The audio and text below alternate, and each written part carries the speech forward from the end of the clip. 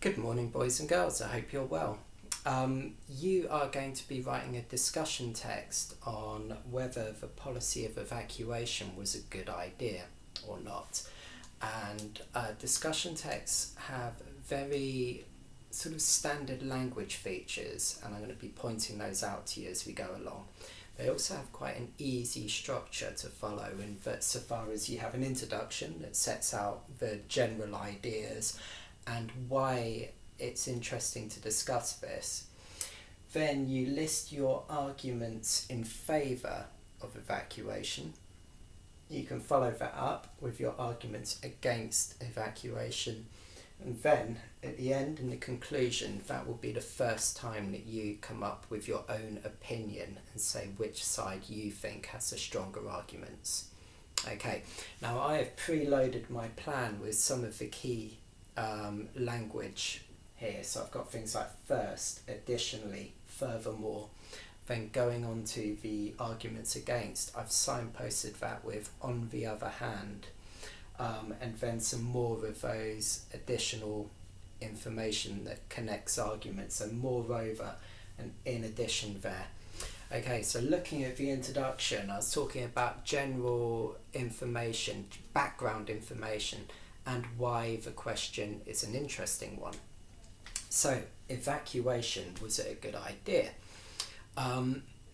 Before the Second World War, everyone knew that if there was another war, it would be largely fought in the air.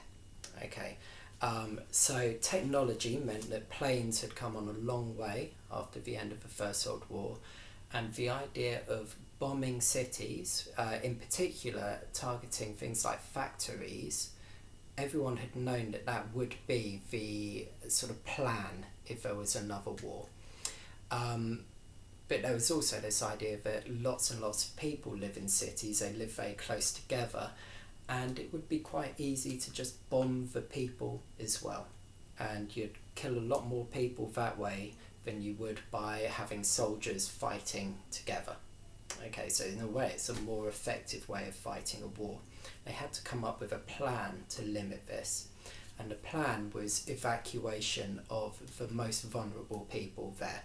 So there were 4 groups of people who were to be evacuated. One was school-aged children. The second group was pregnant women. The third group was women and children below school age, so they'd be sent away with their mothers, they're below school age. And the fourth group was people with a disability. Okay, so they're being sent away for their safety. It seems really obvious. Surely it's a good idea. Take them out of the dangerous cities, move them into the relatively safe countryside. Yet, by Christmas of 1939, nearly half of the people evacuated had returned back to the danger, back to the cities.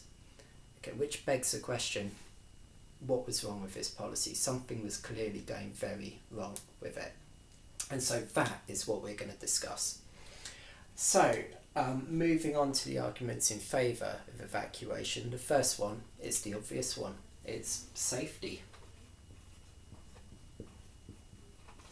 And you can go on to explain that a bit. You can say by moving people from the cities, which were in danger of being bombed, to the countryside, then obviously they're going to be safer.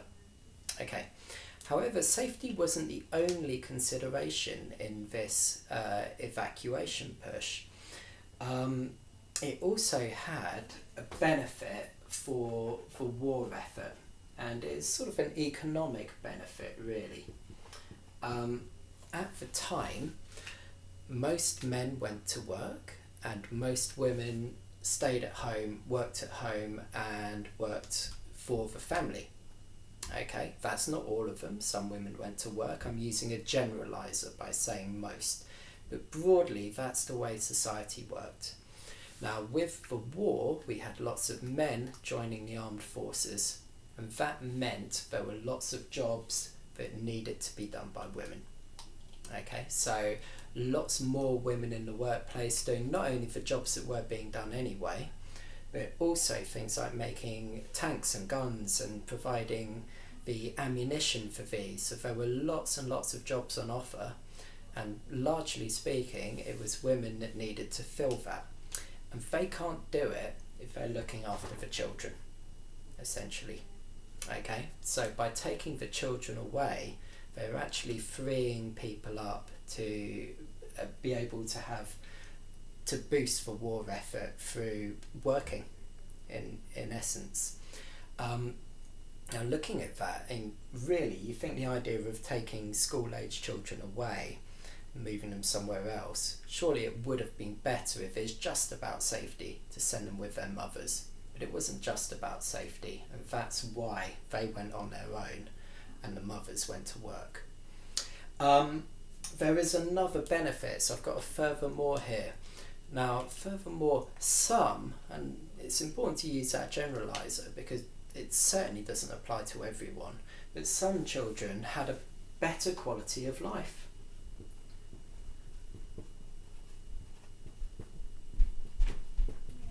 Some children would have been taken from their lives in the city that may have been relatively poor and deprived. They may have come from families that couldn't really support them and been taken to families that were much richer and able to provide. Okay, that's certainly not the case for all of them, but it would have been the case for some of them. On top of that, we get all this idea about, sort of romantic ideas of children being able to go out and play in big fields and climbing trees and seeing rivers and the sea and this kind of thing. Sort of some of them would have never seen those things before. They're sent out into the countryside for this possibly a better life for some. Okay, moving on to the arguments against. I've got 3 arguments for. I'm going to have 3 arguments against, and I'm going to start with some of that key language. I'm going to go for on the other hand. Okay, now the first point I'm going to make is that evacuation broke up families. What should I get? Hello, Amy. Right, so school-aged children in particular sent away without their parents. Can you imagine being a 5-year-old being sent away without your parents, being sent on a train with your teacher, and then being handed over to people who you'd never met before? This was the situation with evacuation. It's far from ideal. And you think how long the war went on for. If you were evacuated for the full length of time of the war, you would have come back aged around 10.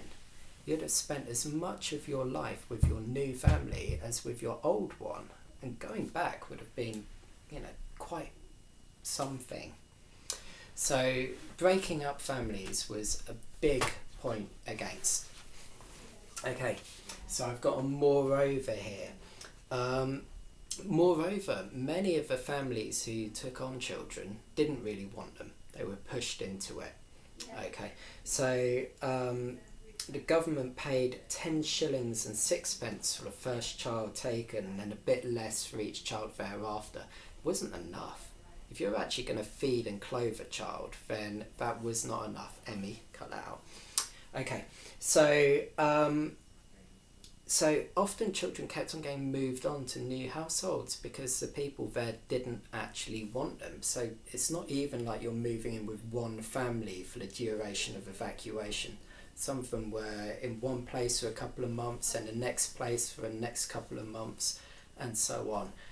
It would have been a very uncertain life for them. I'll send you out in a moment, okay? Okay, in addition, so I have my moreover. Some weren't wanted. In addition, right, Emmy, thank you. Can you leave us? Good girl. You said us. Some evacuees were looked upon as being lower class citizens. You can come back in a minute. Come back in a minute. So they were teased by other children. Often the countryside children and the city children, the evacuees, didn't play with each other. They didn't like each other. and they were looked down on by the people who lived there. They also had sort of these humiliating practices like being chosen, what you get from Carrie's War, that whole idea of the cattle auction, which is basically comparing children to cattle being sold and people picking the ones they like the look of. So if you're the ones left at the end, then it's quite humiliating. So I think this third point, evacuees were considered lower class citizens. Again, that's not the case for all of them, but it's certainly the case for some. And it certainly adds to the idea that these children, some of them as young as 5, had to go through something really quite huge with evacuation. Was it worth it? Well, let's remember, half of them went back.